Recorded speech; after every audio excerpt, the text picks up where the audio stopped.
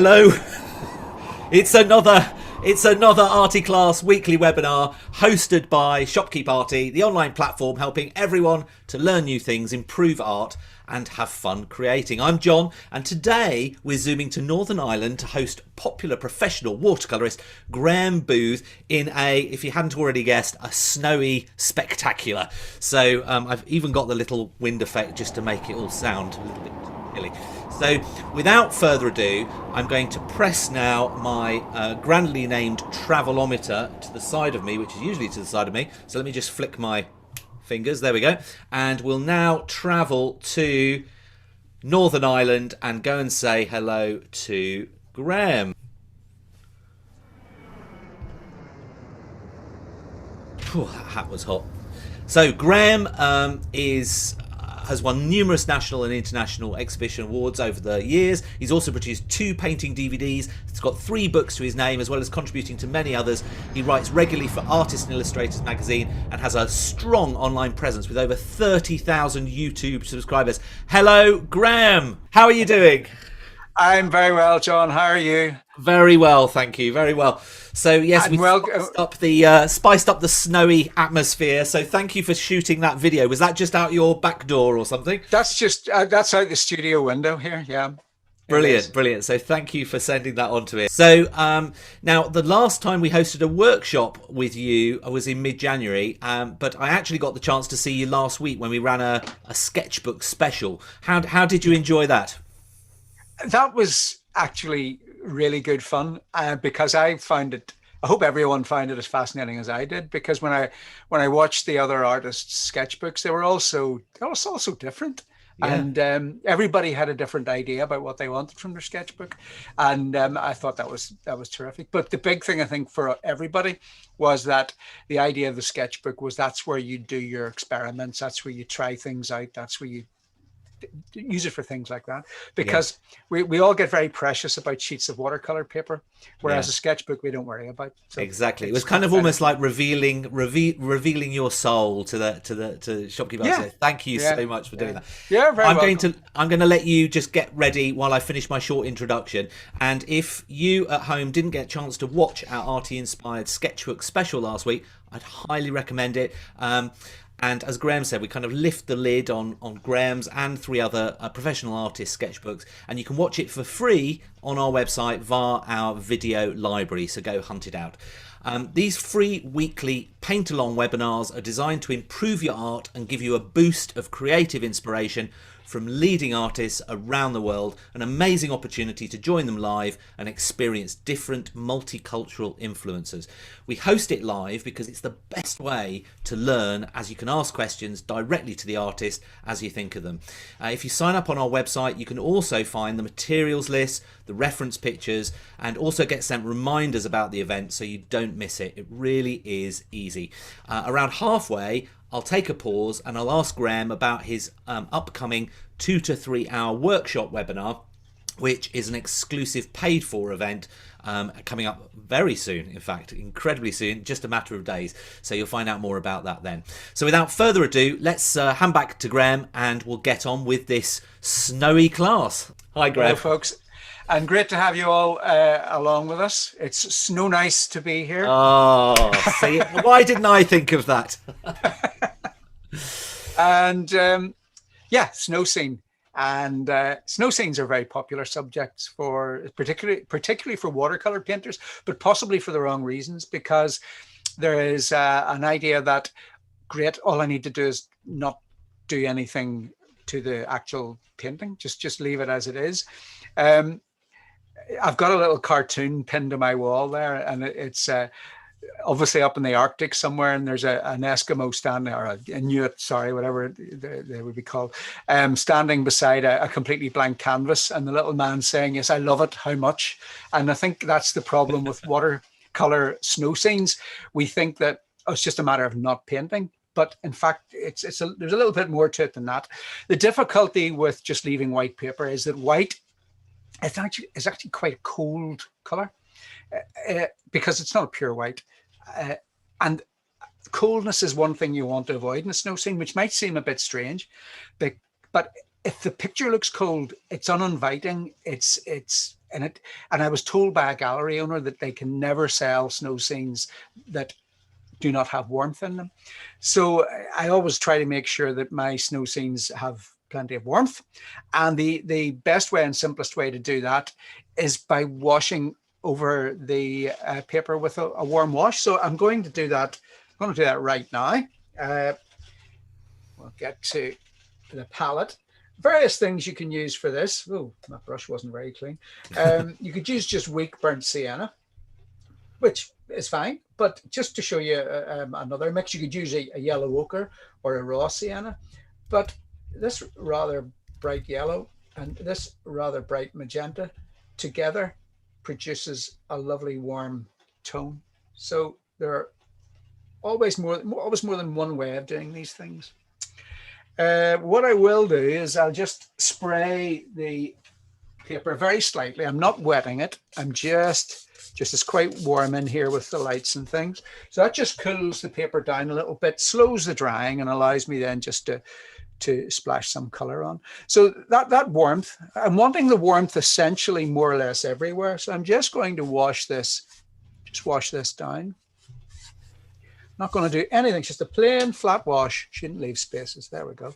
And when we get down to where the snow is, again, I'm going to use that warm tone. But what I will do is I leave little bits of the pure white just here and there, something like that. So it means I've got some warmth in the foreground area, but also I've got some of the coolness of the snow as well. But up in the sky, I like to get that nice warm color in. And the reason is very simple, because winter light is always low.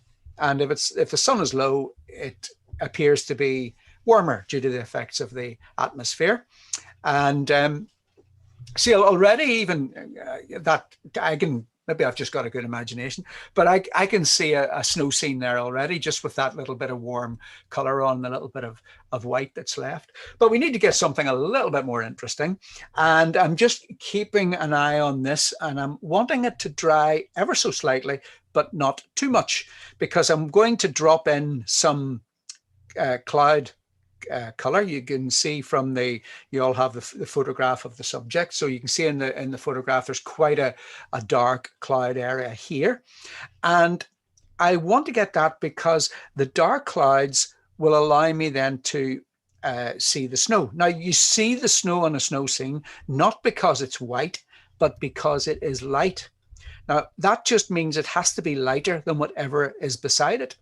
So you can see in the subject that there's trees along the back of this field, so they're quite dark, but then they're darker than the sky, but the sky above is slightly dark as well. So you've got that nice light up here, sort of slightly darker here, much darker here, and then the bright snow. So again, brightness is the important thing. And how do we get brightness in watercolor? And you might think the answer is, don't use too much paint, but that's not the way to get it. The way we get brightness is by adding dark to the areas we don't want to be bright. Now, I think of it, when I say it like that, it probably sounds very logical, but it really is, as I'm not going to say as simple as that. Nothing in watercolor is simple, but that's what we do. Now, this is the shine. Now, Graham, we've had a couple of people ask, what were the two colours you mixed again for this back? Sorry, I should have told it. It's a cold yellow. I was using Windsor yellow, but something like lemon yellow or aureolin would be perfectly okay. And the other one was quinacridone magenta. They are a red and a yellow. Together, a red and a yellow will make purple. Red and a yellow will make orange. But a red that isn't very red, like my magenta, and a yellow that's sort of tending towards green, like the cold yellow, will actually produce a very dull orange, which is why we had that lovely sort of just warmth to it rather than a bright orange. If you want a bright orange, you would use a warm yellow and a warm red. So back to this, and we'll get some clouds in. So for the clouds, I'm going to use slightly different colors today. At least I think I'm using slightly different ones today. That is phthalo blue and cadmium red. Phthalo blue green shade, cadmium red, and together they will make that very strong. They're both very strong colors, particularly the phthalo, and they'll make that that's a bit too strong. So I just dilute that a little bit here, and I'll use some of that for my clouds. I think I've talked so much that this is probably dried. Not too bad. Dried a little bit. So what I'll do is I'll just give it another quick spray, and that will just encourage it just to spread a little bit more. And just a quick shout out to Rose Henry, who's watching us from Western Australia, and it's 10 o'clock in the evening. So a gold star for commitment there, Rose. Well done. And she also said she's been feeling the heat over there, so really looking forward to snow. Yeah. So just trying to get some little sort of cloudy marks up here. If I do any that are a little bit odd looking, I'll just give them a spray. That will make them just dissolve, calm down a little bit. And this is all running down. Ideally, I want it to stop at the snowfield. It won't, of course, because it's paint. It'll flow. I've got my my paper at about a 40-degree angle, but I can dry it up here. Now, this will lift a bit of my yellow as well, but that's okay, because where this is, it's mostly trees. And I can also use my little tissue, almost like a brush, and I can use that to create, it'd be too much like a brush, create a little bit of light in here as well. Now, we had a couple of questions. Jennifer asked, what did you put with the red? And then meanwhile, Marion asked, what did you put with the blue? So did you put red and blue? Red and blue together, and the red and blue were, the red was cadmium red, and the blue was phthalo blue green shade. Now that's threatening to dry there. So I'm just going to re-wet that before. Now this is something that's worth knowing with lifting out. If you try to lift out when things are drying, it doesn't lift out properly, but you can re-wet them and then you can lift out. You can see now that's lifting out perfectly okay. So I wouldn't have been able to lift out that little edge of the cloud, but because I've re-wet it, I can. Notice that the paint separates a little bit, which is quite nice. So you get the red separating a little bit from the blue, and it creates that added little bit of interest in the sky. Again, down here, we can get a touch of light down there. So again, I'm not squeezing hard with this, and notice it's all quite, it's quite contaminated now, if you like, by that paint, but that is still enough. You can see that's still enough just to lift out the little bits of light. Now I'm lifting out tiny bits because obviously these clouds that I'm lifting out are quite a distance away, and so therefore they would be smaller. So again, the effects of perspective, you always get perspective irrespective of whether you're close or far away. And I think that's fine. Now, this all looks terribly messy, and it is terribly messy, but sure, that's the fun of watercolor. So I'm just going to dry up those little edges, dry up all this excess. Notice I'm not trying to fix it, in inverted commas. Nothing needs fixed. Don't worry about fixing things. Once you start fixing things, you start to lose the beauty of watercolor.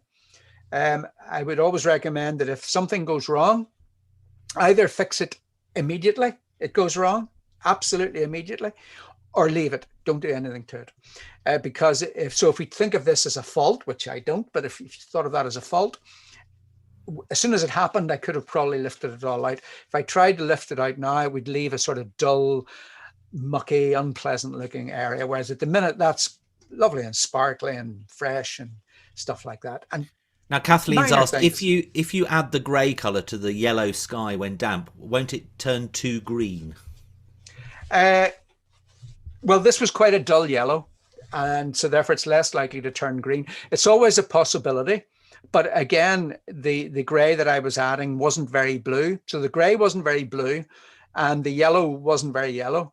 So therefore, it minimizes the chance of getting green. Yeah, okay. And I'm just over here. I'm just going to lift out a little bit of snow on the roof. There's a couple of little buildings there in the corner. So I'm just going to lift out a little bit of snow there. I don't think there's a hedge here. So perhaps I need to lift out a little bit while it's wet. Maybe here as well. Okay, over there, that's okay. Don't need to worry about this. My field has become a little bit gray, but it won't matter. Okay, now I'll need to dry that. So if you forgive me for a couple of seconds while I make a bit of a noise, and I'll just get that dried, and then we can carry on. My hairdryer doesn't work. It's been one of those setups. I can fix it. Now, while Graham's fixing it, I've had somebody from Kuwait who is enjoying painting along at the moment. And obviously no snow, he says, in Kuwait. However, I did see a news article, I think it was this week, where they showed snow. I think, was it in the Sahara or something? It had camels and they had all snow on them. There was some shot, if you know anything more about that and where that was, but it's definitely been snowing in some strange parts of the world recently, probably all due to climate change and everything, but it was fascinating, really. And of course, Texas had it bad during the week as well. Yeah, that's right. Yeah. And they've had some big electric and water shortages, which has been crazy.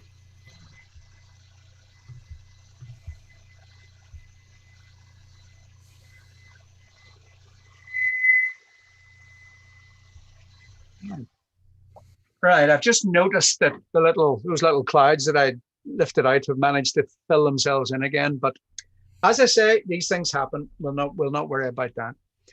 So back to the palette, and with that same grayish mixture, again, just to remind us, the cadmium red and the phthalo blue green shade, I'm going to just take that and use a weakish version of it. So again, I'll dilute a little bit here, and I'm going to use that for my most distant trees.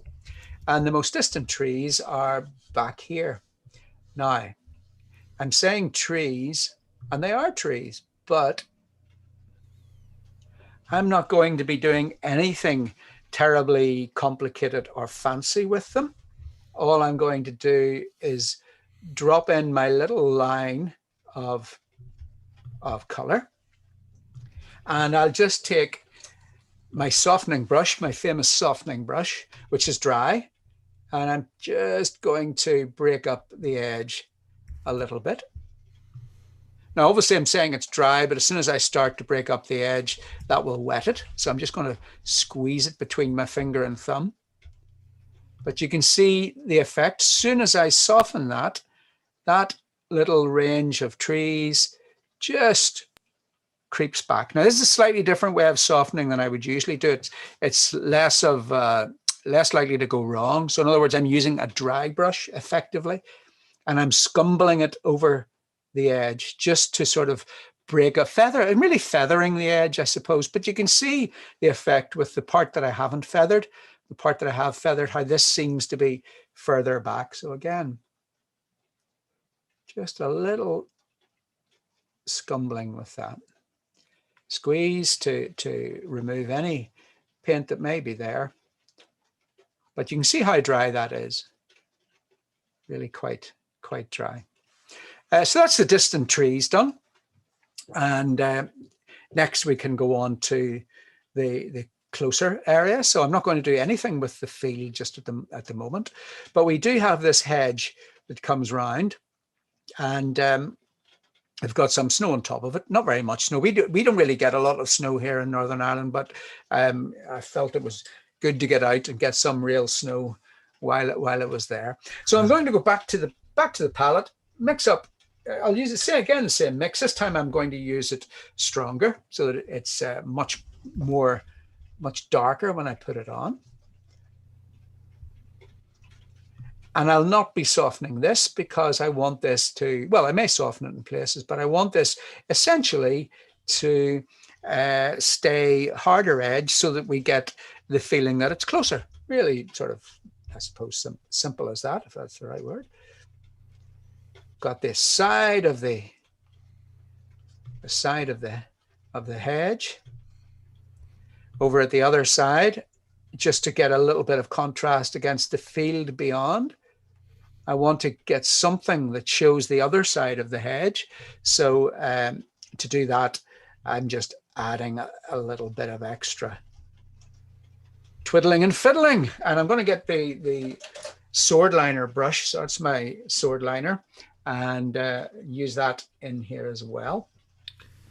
And that will allow me to just get a couple of little, I've introduced something that isn't in the photograph. And this is really just to balance out the telegraph poles that are on the left. Of course, I could just not put them in, but I quite like telegraph poles. So this little, again, just letting the little brush just sort of jump around the place. Back to the bigger brush. I don't need to do the whole way down. So long as I've got part of it done, that's enough. So that gives us a sense of the hedge. What I will do using the softening brush, this time slightly damp, is I'll just allow that just to, may have left it just a tad too late there. I just want to get a little bit of horizontal marks on this that will tend to suggest the top of something. And then we have the vertical marks that are suggesting the fact that the hedge is vertical. Now, Maria asked, can you talk a bit more about softening brush a little bit? So, because yes, there's different ways that you can do it. You can have it slightly wetter or drier or whatever. Many ways. You saw the one way, which is softening by feathering with a dry brush. I'll show you this. I'll show you this here just to let you see. So if I re-wet that area there with some of my paint, and then I take my brush, rinse it. I don't really dry it a lot. If it's too dry, this doesn't work. You put it on the paper away from the edge. You do not lift it at all. You bring it up to the edge and you just soften like that. And when you've got all the softening that you want done, you move it away from there and then you lift. Now, the reason you do that is that when you lift the brush, you will deposit a drop of water. And so if you deposit a drop of water where you're trying to soften, it causes all sorts of problems. Now, I shall show you exactly what I mean. If I switch to that camera, you can see where I've just softened this. Now I'm going to do that again, and I'm going to do it wrong, and you can see the disaster that happens. So again, rinsing my brush, softening. If instead of doing what I did, I just go straight, what a lot of people do, which is very wrong, they think they can soften by going dab, dab, dab. So I'm going to go dab, dab, dab, dab, dab, dab. First of all, nothing happens. It doesn't soften. But now you can see 3 little cauliflowers all starting to form. And that's what happens when you have that sort of loose little drop of water. It creates that problem.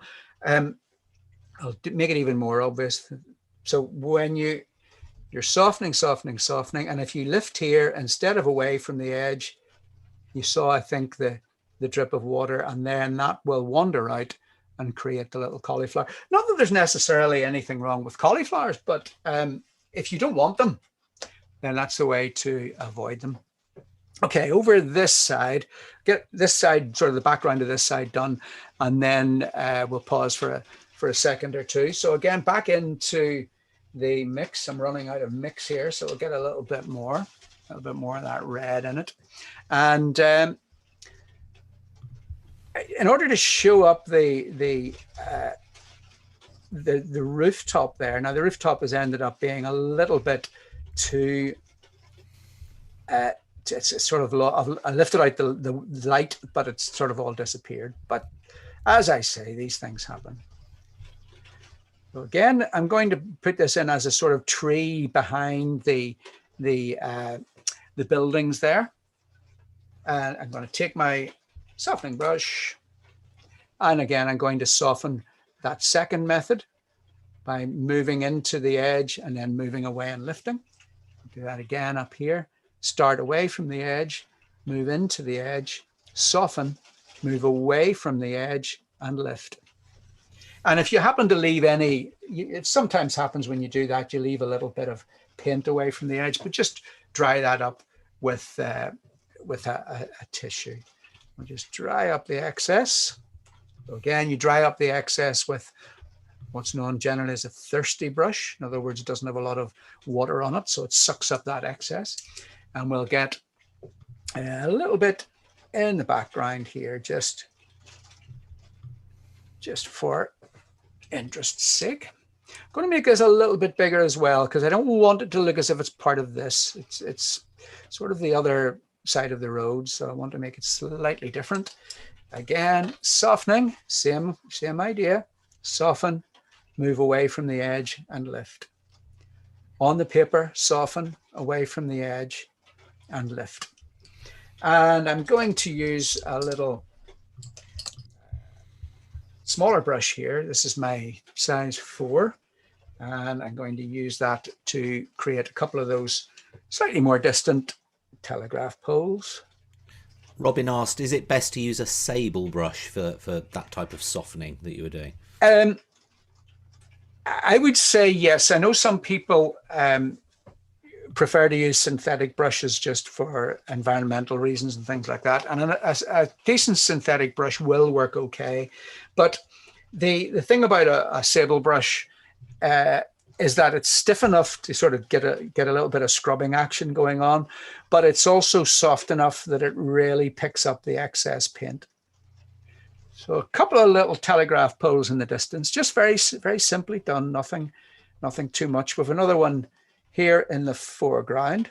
A couple of ways of doing the, let me see, do I have it with me? I do. Of course, I have it with me. I'm in my studio. My mal stick, which is just a piece of wood with a little peg stuck in it, but I can use that to get a nice straight telegraph pole. Ba-dum. Any straight edge. The reason you can't obviously use a ruler sitting on the paper because the paint would go under the edge of the ruler. So it has to be an edge, a straight edge that's sitting up off your paper. And I think we can probably pause at that point, John. And if we want to sort of maybe talk about something else for a few minutes. Perfect. So I know, can you believe it's halfway already?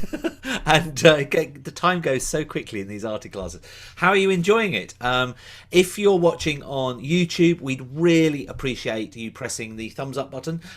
This just ensures that YouTube recommends the class to more people, helping us spread the benefits of creativity to everyone, young and old alike. So thank you if you can do that. In addition to our free 45-minute arty classes on Tuesdays, we also host special 1-hour arty events on Thursdays, for which we charge a small fee to join live, or you can attend for free if you're one of our patrons. This Thursday we're travelling to South Africa to host internationally renowned acrylic artist Derek van Rensburg, so I hope you can join us then.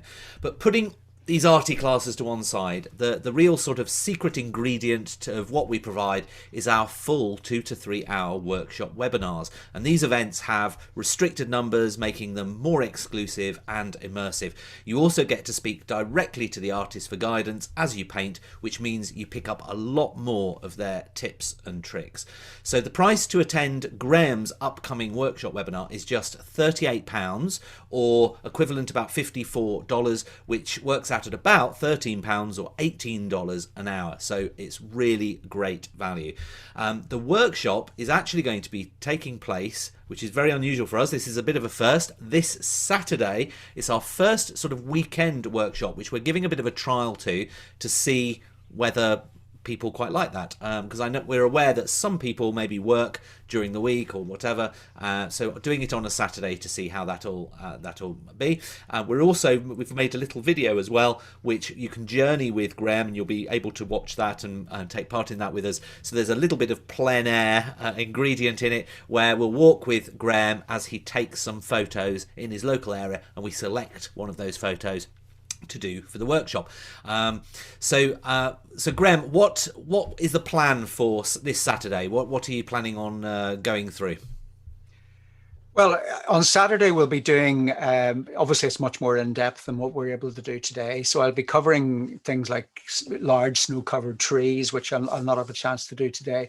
We'll get into snow shadows because they're quite important, because snow shadows can create the shape of the snow for you. So it's really, really useful. Again, I'm not going to get into that today. There just isn't the time. And it's a different type of subject, more complex subject. So more in it, and plenty of things to fill our 3 hours. So it'll be, as always, I try to give you as many tips, and I don't like to use the word tricks, but we'll say tips and tricks that is possible to help your snow paintings. Oh, so that's what's coming up on Saturday. That'll be fantastic. And this will be our third workshop with Grahame now. So and it's always a real hoot, and it always ends up being, we have really, really amazing feedback from the attendees as well. So you head over to Shopkeep Arty and you click on Arty classes and the upcoming events, and then you scroll down and you'll see Grahame's one literally just below today's one, actually. So there it is, and you click on workshop, and you'll go through to the page which explains all about what Grahame's been talking about and gives you some the reference pictures. It gives you the materials list. We've also got an interesting thing here. You can get 10% off art materials if you want to from Jackson's Art. And then that's a video there where you can see him taking some of the photos. And then if you're interested, you go to this link here, which is Grahame's shop. And here you can then either purchase the ticket for the live webinar or order the video if you can't particularly make this Saturday. And there's the full price, or you get a big discounted price if you've attended the live workshop. Once we've done the workshop, you'll then be able to head over to the video library on our website, and you'll be able to then, as long as you've purchased it, you can click watch, and you can then, that was the sketchbook special, by the way, and you can then watch it and as many times as you want, so it's always available for you. So hopefully that helps. Right, let's get back to Grahame for part 2, and let's start getting even colder. Right, over to you, Grahame. Okay, well, the paper has had time to dry there, so again, if we have a look at the painting, you can see how these little softening parts really help to link things together. They help to link the trees to the sky. And you might think, well, the trees aren't linked to the sky. Why would you do that? And it's because we don't perceive things as being entirely separated from other things. We tend to perceive things as having connections, and that's why it's so important to get at least some of these connections going. So we've got most of the background in, so we'll work in this little tree here. So again, back down to the palette. I'm just using these same colors. I'm not going to use anything else. Grahame, we've got a question from Pat. Yep. Who she what can I add to darken Ultram and Alizarin Crimson, because she doesn't have your blue? If you use burnt sienna to darken ultramarine, then okay, that will give you a different type of gray. It'll not be perhaps as interesting, but it's a good safe gray, because it's even if you've got too much ultramarine or too much burnt sienna in it, it's still okay. Whereas with this gray, if you've got too much phthalo blue, it's a pretty hideous blue, and if you've got too much red, it's strange looking red. So there's a certain advantages to using the ultramarine, but if you use burnt sienna with that will darken that. Perfect, thank you. So we need to get a little bit closer. I want to leave that nice little piece of light there, because that sort of, although I was talking about connections, we do need separations as well. So that separates this larger tree from that slightly more distant tree. And in order to do that, I'll just take my softening brush and I'll just put a little bit of water just in there. And then I'll go straight in with my my dark again, and I'm just working into that slightly. I think I'll need to work in a slight bit more. It's just not drifting as much as I would have liked. So again, with my softening brush, just letting that drift across a little bit more. That's better, I think. Back to my little sword liner. So we'll get the mix for that. And I just want to get a couple of little suggestions of twigs and things. Nothing nothing very much. And then working down to the hedge. This is the hedge here at the front. We'll bring that across. We've got the buildings. We need to darken the buildings slightly. So I'm using a little bit more of the red into that mix just to get a little bit of variety. And this will tend to create a building look very, very simply, because remember, it's all about perception.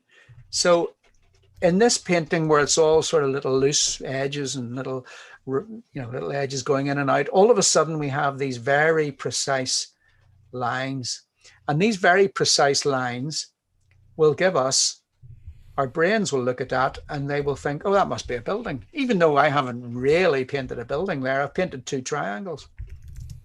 So you do not need to overpaint things. When I say overpaint, I don't mean do a second layer. You can do that, okay? But you do not need to over detail things. Now in here, I just want to leave a little bit of light there just to maybe hint at some of the snow beyond this area. And then we'll get into the hedge here. Now let's see. Again, I'm going to use my softening brush, but I'm going to dry it again. So I'm going to just squeeze it out between my thumb and finger. And I just want to see what this looks like. I'm not sure whether it'll work or not. No, it doesn't really work. There you go. That's how you find out whether things work. You try them. And if it works, then you find something. And if it doesn't work, you've also found something. You find something that doesn't work. But that's just as useful. That's just as useful in all seriousness, because painting, it's all about learning. So every painting I do, I hope I learn something in it, because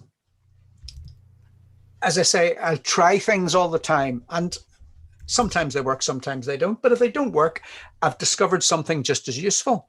I mean, I've discovered how not to do something as well as how to do something. So I know that sounds like an excuse, and it might well be, but sure. So with this hedge, I'm just softening it instead. I think that looks a bit better. And then there's a little sort of a little slope of snowy covered bank just at the side, and I'm just bringing my paint out in a sort of slightly angled way down to suggest the sort of couple of little bits of grass or something peeping through the snow. And then we come to the roadway. And again, thinking about direction, the roadway is flat. So the road's flat. So I've got some marks already on the road, but I've nothing to suggest the flatness of the road. And the only thing that will suggest the flatness of the road is if the marks are horizontal. So I'll get a horizontal feel if I have horizontal marks. So same again, same mixture. And I'm just going to try to get, again, I'd like that to be sort of feathered. I can just get that feathered a little bit. And I've put a little puddle in here. So in order to see the puddle, I need to have the area around the puddle quite dark, because the puddle will be reflecting the light. So again, I'm going to do that. I leave it hard edged here where the puddle is and soft edged beyond. Again, pulling the paint straight across. Down here, another edge to my puddle.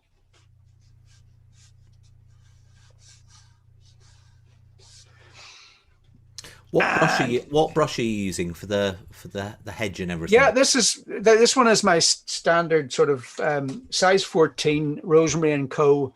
series 402, which is a sable and synthetic blend. And it's a lovely, it's their series, Rosemary & Co. series with a tapered point. So it's got a much longer point. It's really very nice. Again, down here.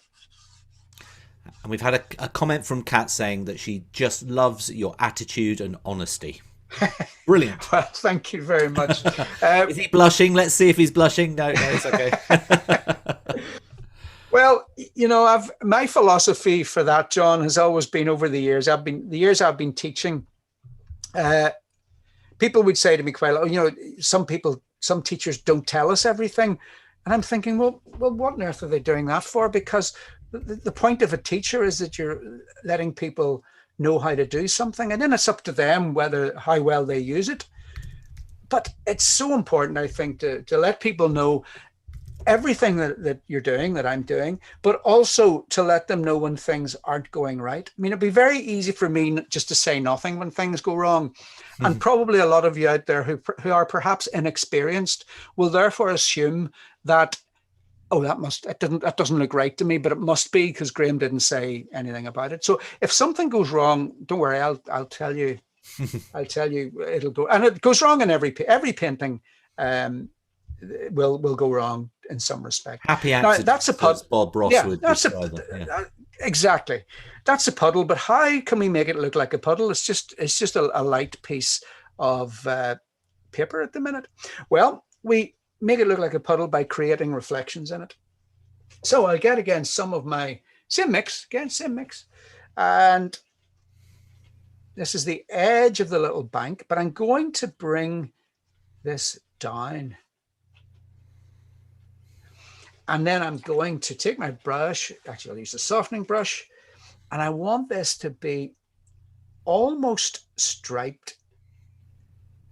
Now, when I do little stripes in it, then that's the direction that the reflections would be going in. And so therefore, if I create a few vertical stripes in there, that should start to look a little bit like reflections. And then the key thing, what to do then is we need then something definite. So I'll pause, I'll let that dry, but while that's drying, I think I want to put in another telegraph pole. So I'll get my piece of wood, I'll get my brush, I'll not use the big one, I'll use a size 7. And again, I can use this to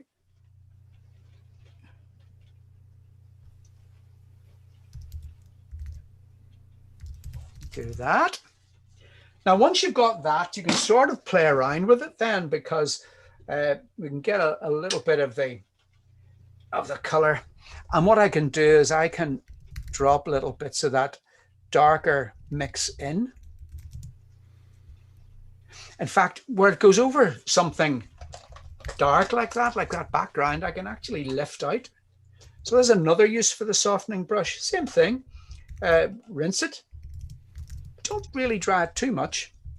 But now if I just wet these areas, now it'll probably not lift out brilliantly because of the phthalo blue, which is a notoriously staining color, but I've dampened that. So again, I'm squeezing it between my fingers, and just with a little sort of rapid scrubbing motion, I should be able to lift enough out to create a little bit of light there.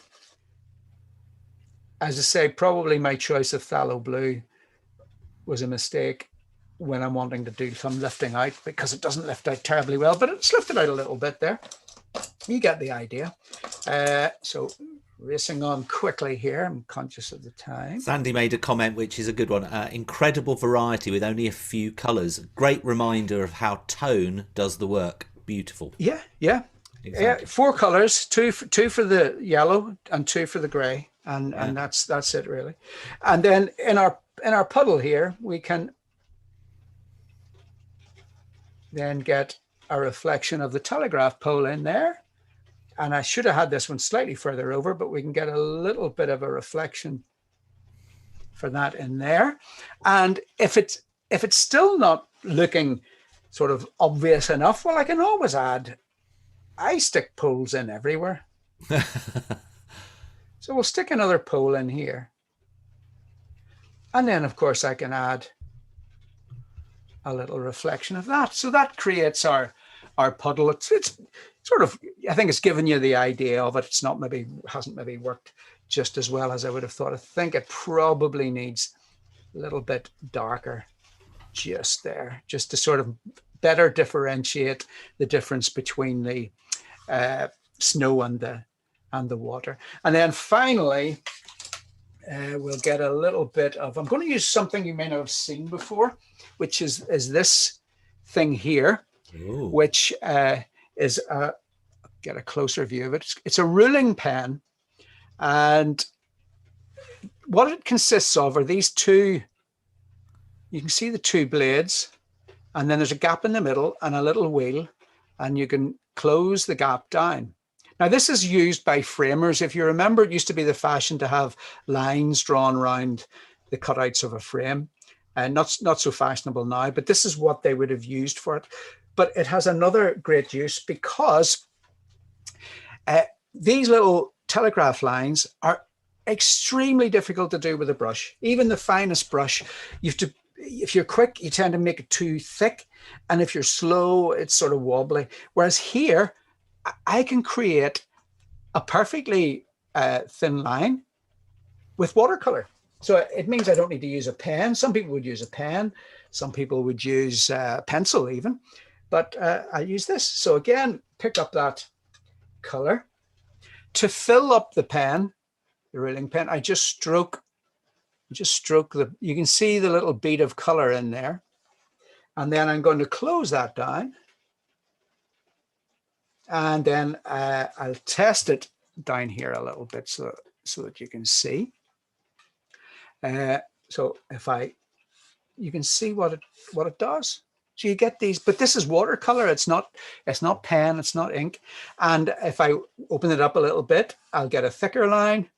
And if I close it right down, I'll get a very thin line. And then I can use that for my lines. What a brilliant idea. And then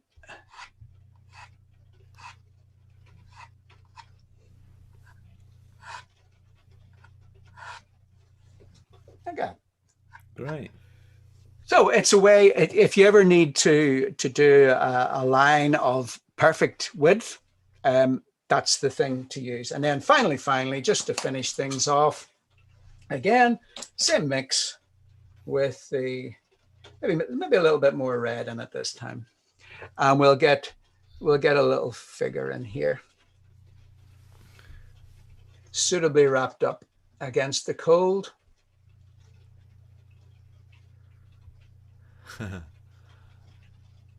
And their trusty dog at their side. Lovely, lovely. And a car driving the other way, just about to splash them with muddy water. Just about to splash them.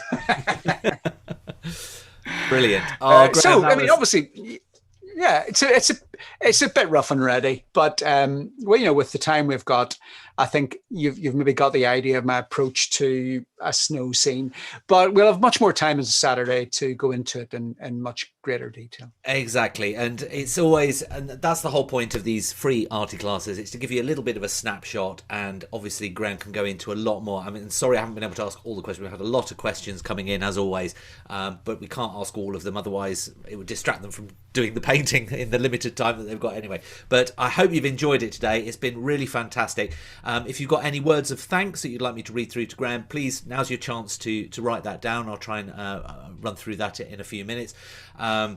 Also, we've put a post on our Facebook page, and we'd love to see your paintings. So we always have a load of submissions from people that are watching, and it's really fantastic to see all the different interpretations from people around the world. So please do visit our Facebook page. The link, if you're watching on YouTube, is in the description, or likewise, if you go to our website and click on the details of this class, the link's there too. Or you can just go to Facebook, type in Shopkeep Arty, and you'll find the post, and then just post your painting in the comments, and both myself and Grahame as well might make a few comments about it, might be lucky enough to have a few comments. So it's a really nice way of just, and do, if you like seeing what other people have posted, do give them a little thumbs up or a like, because it's a really nice community thing that we've got going on there. Now, I've mentioned our patrons a few times, and not only is it the best way to save money on workshop webinars or purchasing video tutorials, but the monthly contribution you make also helps to support our channel and keep these free classes going throughout the year. This week we've got some new patrons to welcome to our exclusive Arty community, so I get the chance to press my other button behind me, my button of thanks, and say hello to, there we go, Jane McCormick, Patty, Val Rogers, Brenda Clark, Leslie Gray, Gail Claypool, and Maria George. So thank you so much for your support, and I know you'll enjoy all the special events that are coming up. You're really going to love it. So it's the end of another great Arty class. If you do want to join Grahame and I for the full workshop event, don't forget to head over to our website now and go to the upcoming events section, and you can then follow that through and it'll head you towards Graham's shop. Before I go, let's see what comments we've got.